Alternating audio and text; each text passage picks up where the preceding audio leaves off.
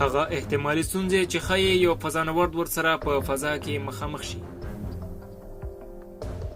آیا تر اوسه مو په دې اړه فکر کړی دی هغه فضانوردان چې فضا ته ورځي په بدن کې کوم تغییرات منځته راځي؟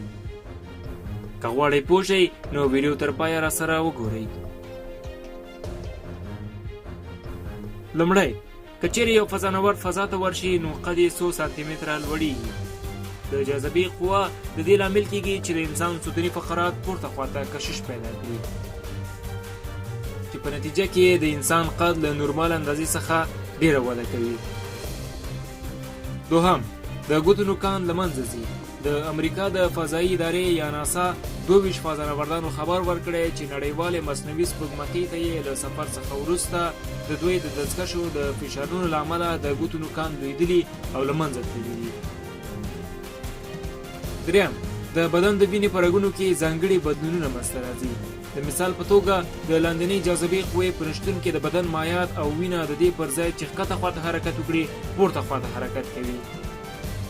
همدا لامل دی چې ستورمزلي له سفر وروسته د وجود او عضلاتو په دردونو اخته وي. څلورم، زړه حجم له لاسه ورکوي ځکه چې لږه وینه پمپ کوي او حجم یې په کمیدو سربیره کروي شکله کیږي. پنځم، د بدن عضلات او هډوکي ضعیفه کیږي. ستورمزلي باید په فضا کې ورزش وکړي ځکه چې د اوتروفي په نوم ناروغي ممکن د بدن عضلات کمزوري کړي. شپږم، که د ستورمزلو ځانګړی لباس په فضا کې خراب شي څه به پیښ شي؟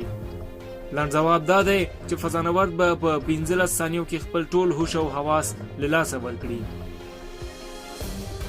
او د ډیر زیات فشار له امله د خفق یا اکسیجن له کمبود سره به مخ شي.